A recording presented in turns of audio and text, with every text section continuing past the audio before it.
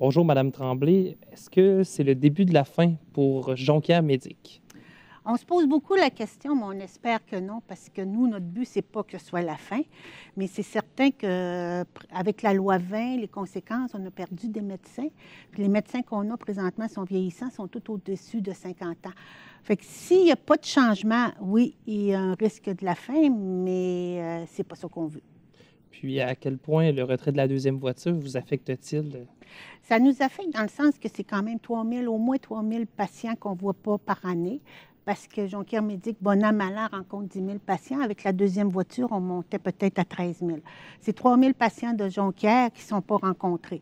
Ça nous affecte aussi parce que c'est un signe de retrait, là, de recul vers... On avançait avec une deuxième voiture, là, on recule en perdant une voiture. Mais on ne peut plus la garder à cause du nombre de médecins qui ne sont pas suffisants pour faire fonctionner la deuxième voiture.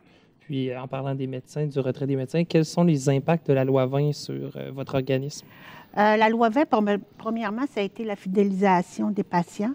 Un médecin qui rencontrait un patient d'un autre médecin de famille faisait qu'il nuisait à sa fidélisation. Donc, il est obligé de... On a perdu des médecins à cause de ça. Puis les honoraires aussi. Il y a eu un grand changement dans les honoraires par la loi 20. Ils ne reconnaissent pas à la hauteur le travail que les médecins font dans Jonquière Médic en se présentant à domicile. Puis, quelles seraient vos demandes pour M. Barrette, le ministre de la Santé? Ouvrir la rémunération, régler ce problème-là, parce que là, les médecins qui sont restés avec nous sont en perte en état Jonquière Médic. Ouvrir ça pour pouvoir aller chercher des jeunes qui puissent s'impliquer dans Jonquière Médic. Puis sinon, est-ce que vous avez des craintes à venir en relié, que ce soit avec la loi 20 ou les problèmes de Jonquière Médic présentement? Oui, on a des craintes. On n'est pas assuré pas du tout de l'avenir parce que, comme il y en a un qui a dit, là, on va éliminer les médecins par attrition. S'il n'y a pas de recrutement, ben, c'est la fin de Jonquière Médic parce que la source première, c'est la matière première, c'est les médecins.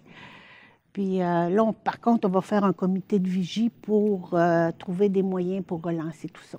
Puis avec 5 médecins en 2018, est-ce que ça va vous causer beaucoup plus de problèmes que seulement retirer une voiture, puis perdre des patients? Est-ce qu'il y a d'autres problèmes qui vont être liés à... Oui, à 5 médecins, on va perdre des journées. Il y a des journées qui ne seront pas rencontrées parce que les médecins ont aussi d'autres engagements. Il y en a qui font de l'hôpital, il y en a qui font de la clinique.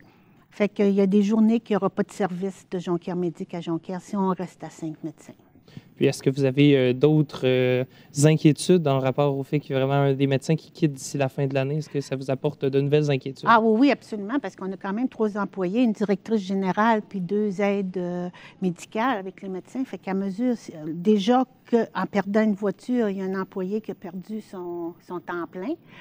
Si on perd des médecins puis il y a des journées qu'il n'y a pas de service, bien, il y a des employés qui ne travailleront pas. Là. C'est un service qui est tellement en demande ici à Jonquière. Fait que...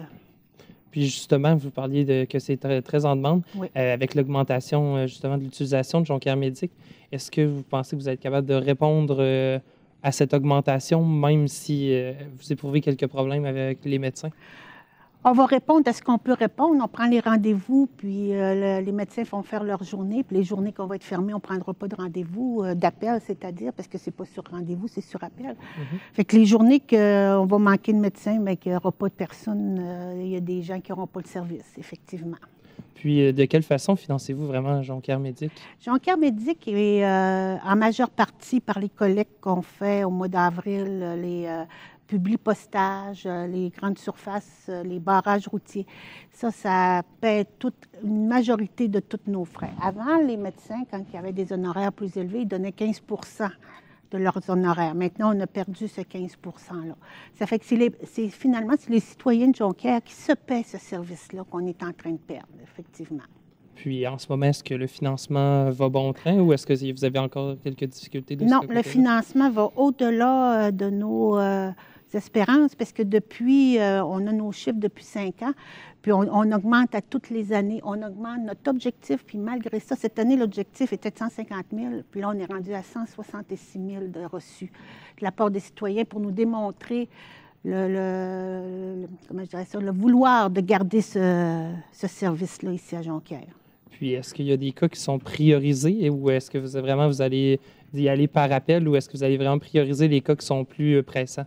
Quand tu veux dire dans une journée? Oui, Là? dans une journée pour les médecins. Dépendamment, habituellement, il n'y a pas de priorisation, mais dépendamment de ce que la personne donne comme symptômes quand la répartitrice prend les rendez-vous, il peut avoir priorisation. Ou si dans la journée, Joanne, notre directrice, reçoit un téléphone urgent, tout ça, parce que ça l'arrive qu'ils dirigent des patients vers l'urgence ou ils vont faire la première approche, après ils vont diriger vers l'urgence ou l'ambulance.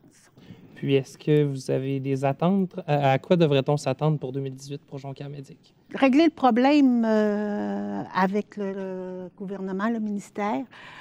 Ça dépend de leur volonté, évidemment.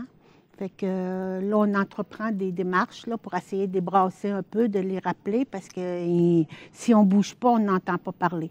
Fait que déjà, cette semaine, on va voir ce qui va se passer, si on va avoir des appels ou pas, pour réussir à régler ce problème-là. Merci beaucoup, Mme Tremblay. Je recevais Louise Tremblay, présidente du conseil d'administration de Jonquière Médic.